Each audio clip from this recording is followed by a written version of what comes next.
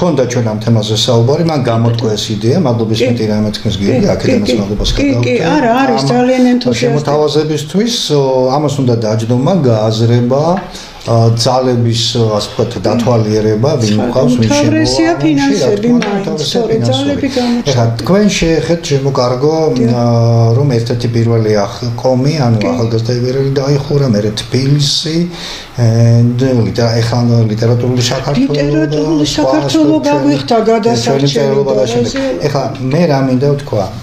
ახკომი ახალგაზრდაებრივი პირველ რიგში ხასხვებს არ შევეხები, მაგრამ ჩემი გაზეთი რისი მსხვერპლი შეიქმნა პარტახიზაციის და პრივატიზაციის, რომლის მადა შევარდნაძის ჩინოვნიკებს გაეხსნათ თავის დროზე.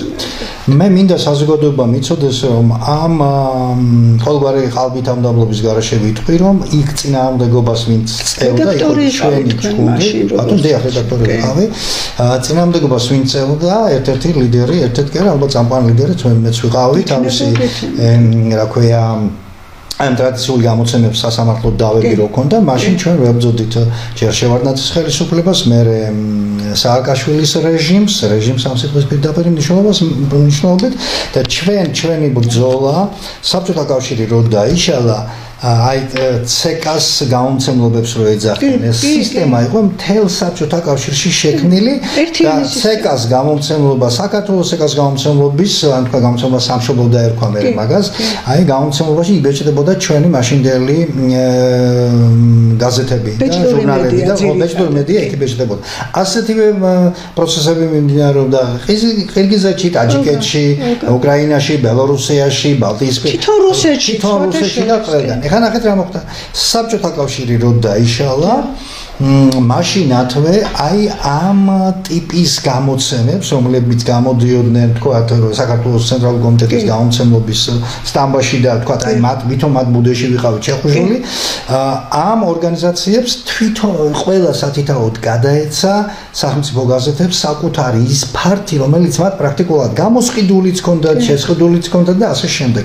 მე დღემდე მაგ რამდენიმე ტომი ამ მასალების და ყველაფრის ჩემს არქივში შენახული, ჩვენ დავიწყეთ სასამართლო ომი და ყველა სასამართლო ომი მოუგეთ შევარდნაძის ხელისუფლებას და 2000 აი დიდხანს გაგრძელდა ეს ყველაფერი, იმიტომ რომ თავის დროზე ჯერ სიგუ ამ როცა პრემიერ-მინისტრი იყო, აი რა ქნეს იცით, გამოსცა ზუსტად მახსოვს 1992 წლის 14 იანვარს გამოსცა ბრძანება, რომლის საშუალებითაც ყოფილი სახელმწიფო გაზეთები განთავისუფლდნენ ყოველგვარი ამბვითონ უღლისგან და გაგვიშვეს აი მცურავ აზვირთებულ ოკეანეში, ეკონომიკის ოკეანეში, ასე ვთქვათ. მაშინ როცა სიტყვა მენეჯმენტი არც ჟურნალისტიკის ფაკულტეტის სტუდენტებმა იცოდნენ და არც ჩვენ არ ვიცოდით სიმართლე გითხრათ. ნუ მოგვიწია რა, მაშველი რგოლის გარეშე ინფორმაციულ ოკეანეში აღმოჩნდით და დავიწყეთ ფართხალი, მაგრამ ჩვენ იმდენი ვიფართხარით, თუ გამოვძვერეთ იქიდან. აი მერე უკვე მეცხრე ტალღა დაგვაწვა თავს სააკაშვილის, უგულავას და ამ ბანდიტების იმათ მიზან მიმართულად დაანადგურეს. ეხლა ვიტყვი რა გაუგონარი რა ამათ რო სამართალზე ექნებათ პრეტენზია, აი რატო მერკე არ გაიცინებს და გადაიხარხარებს ამათ პრეტენზიებს. ეხლა ნახეთ რა მოხდა.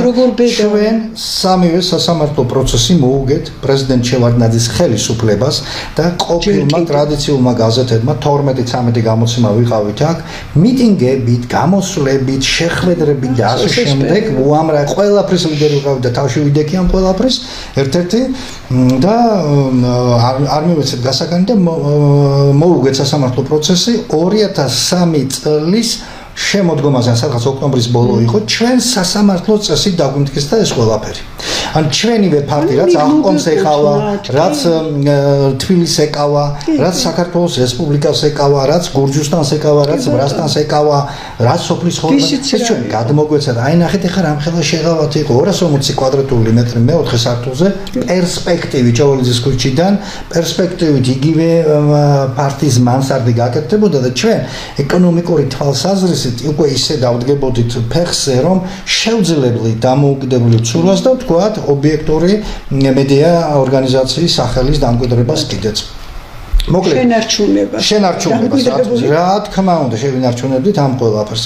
მოკლედ 90-იანი წლები, უკვე მე გავხდი მე რედაქტორი, პროექტებით, ამით რაღაცას ვახერხებდით, მაგრამ საბოლოო დარტყმა მოგვაყენა შევარდნაძის ხელისუფლების შემდეგ აი ამას ხომ მივაღწია. სააკაშვილმა მათ სადეს პირდაპირ გაყიდვა ამისი, ჩვენ აღვდექით წინ, ქონდა მიტინგები, გამოსვლები, თავრობის სახლის უკან, ქონდა შეხვედრები კახა ბენდუქიძის ემისრებთან, კახა დამენია და სხვებთან რა. აი, სასწაული დამოკიდებულება იყო. თვითონ იმ გამომცემლობა სამშობლოში, რა ქვია, სააკაშვილის რეჟიმმა გაამწესა ყოფილი ჩვენი თანამშრომლები ხო ჩანერგა ასე ვთქვათ ეს თანამშრომლები და მათ შორის არ მინდა ხა გარდაცვლილია და შევხედე მაგრამ ხო ნახეთ რა იკადრეს რომ ყოფილ ტრადიციულ გამოცემებს გამომცემლობა სამშობლოსთან არაფერი არ აკავშირებდა და იქ არასოდეს გამიჯდა აი ასეთი უსინჯისო ტყუილი და მე ახსოვს მაშინ მე რომ გავიქანეთ ცხონებული გურამ გოგიაშვილი და მე კინაღამ შარში გავყავით თავი მანდატურებმა გამოგვიყვანეს თორე ალბათ ციხეში აღმოჩნდებოდა პროვოკაცია მოაწყო რა პრაქტიკულად ამ ბიჭმა წასულია და არ მინდა ვთქვა. და რა ქნეს გაირკვა რომ სამართლებრივად სახელმწიფოს ბალანსზე ეს შენობა არასოდეს არ იყო. იყო 1956 წელს გაზეთი კომუნისტის ბალანსზე ჯერ კიდევ. აი ამას ჩაეჭიდა სააკაშვილის ხელისუფლება თავიანთი ჯიბის სასამართლო ყავდათ რა თქმა უნდა და ჯიბის სასამართლოს მოსამართლემ გვარად შაიშმელაშვილმა მე მითხრა პირდაპირ აი თემკაზე რო ქონდათ სასამართლო მაშინ იქ მითხრა პირდაპირ რომ ჩვენო კორუმპირებული შევარდნაძის ხელისუფლების სიტყვას ვთქვით მეორებ ციტირებ კორუმპირებული შევარდნაძის სასამართლოს კანონიერ ძალაში შესული გადაწყვეტილება არ გვაინტერესებსო რაღაცა მოიდეს მიზანზე გადახიეს პრაქტიკულად ეს კანონიერ ძალაში შესული გადაწყვეტილება და ნახეთ ეკონომიკური ისა ჩვენ ახლა კი იმ ოკეანეში რო აღმოვჩნდით იმან ცოტა ცურვის რო ვიფართხუნეთ რაღაცები იქ არა არსებობს ველური მეთოდი ცურის სწავლის რო გადაგარდებენ და ხო და აი შევდღვივეთ რო ითქვას ჩვენ ამოსული ვიყავით უკვე ვიწყებდით ფეხზე დადგომას მოვიდეს ავადსახსენებელი ვარდების რევოლუცია რომელიც დასავლეთმა და რუსეთმა ერთობლივად მოვიწყო რა თქმა უნდა და დაიღუპა ქვეყანა იმ დღიდანვე მოყოლებული და ჩვენ ვთავაზობდით კახა ბენდუქიძეს, კახა დამენიას პირით. ქონდა ეგ შეხვედრა, ამ შეხვედრაში მონაწილეობდნენ, მე ვიყავი, არჩილ გოგელია იყო, ნინო ჯანგირაშვილი იყო და სხვაები ვიყავენ. ჩვენ შევთავაზეთ, ისინი გთხოვდნენ $20 მილიონ, ნახეთ რა მადაქონდათ ჯიგრებს, $20 მილიონ. ჩვენ შევთავაზეთ მაქსიმუმი რო დავთვალოთ, იყო 8 მილიონი და მე ვიყავი პროექტის ავტორი, სადაც თავაზობდით სახელმწიფოს რომ ჩვენ ეტაპობრივად ამ შენობის სრული პრივატიზაციისთვის გადავუხდით ამ დროს ჩვენია სასამართლო ფეხებზე კიდე სასამართლო მაგათ გადაწყვეტილება რა თქმა უნდა და ჩვენ თავაზობდით რომ გადაგიხდით ეტაპობრივად 8 მილიონს აქედან 1/3 იქნებოდა გაკეთებოდა პრესის სახლი იმ გამომცემლობა სამშობლოში დღეს რომ ის არის რა ქვია უგულავას რეზიდენცია და კაფე და რესტორანი და რაღაცა ხო ნუ რა ხდება ეს სხვა თემაა კიდე არა და ეს ისტორიული შენობა რა თქმა უნდა არ იქნებოდა ის რაც იყო და მუზეუმი გაკეთებული კი ბატონო საბჭოთა კავშირის ყველა მოკავშირე რესპუბლიკაში აი ამ ტიპის ცეკავს გამომცემლებმა ის ფართობი ყველას მისცეს აბსოლუტურად გარდა ჩვენ მოვიპოვეთ, მოვიძიეთ ეს ყველაფერი და მაინც ნახე რა ქნეს ჩვენ შევთავაზეთ, ითხოვდნენ 20 მილიონი, ჩვენ ვთქვათ $8 მილიონ ჩვენ ეტაპობრივად სახელმწიფოს გადავუხდით. ხო, რაში თორე კი 1/3 იქნება სახელმწიფოს კუთვნილება, 1/3 იქნება ტრადიციულების კუთვნილება, 1/3 იქნება ყველა დანარჩენის და გაკეთება სრულად საქართველოს პრესის სახლი. რა თქმა უნდა, არ წამოვიდნენ ამაზე და რამდენად გაყიდეს შენობა, აი ჩვენ რომ ვითომ გამოგვასახლეს და ჯიბის სასამართლოებით, არც ევროპა შეშფოთებული, ეს არ ამზადება. არც ევროჩინოვნიკები შეშფოთებულა მაშინ.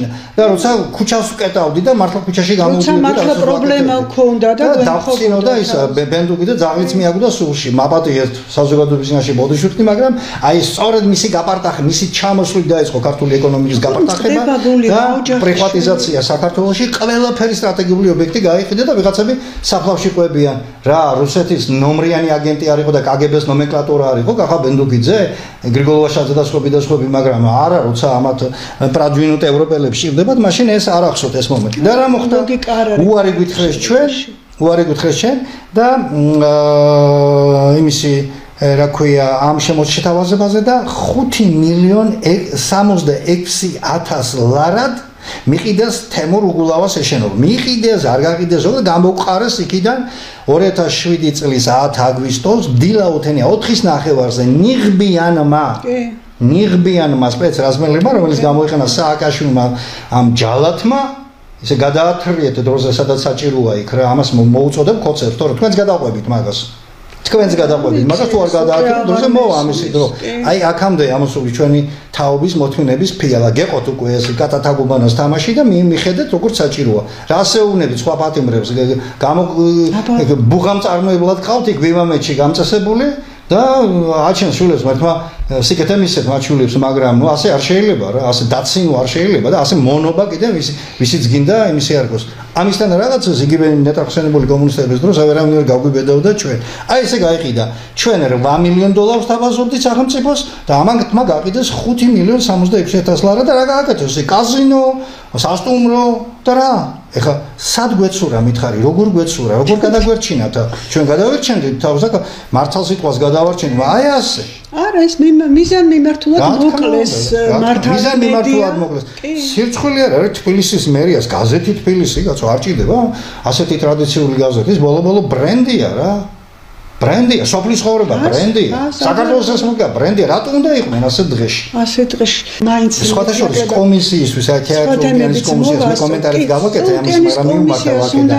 მე ძალიან დიპატრუსებ ამ კომისიას, სოციალურ შემადგენლობას, ძალიან კარგ საქმეს აკეთებენ.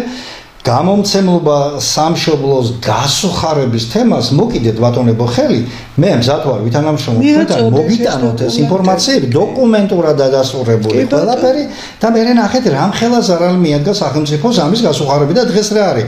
აი ეს კულტურის კერა, ქართული სიტყვის კერა დააქციეთ და გახადეთ რა? მორიგი კაზინო, მორიგი რესტორანი, მორიგი სასტუმრო. მორჩა მეტი რა.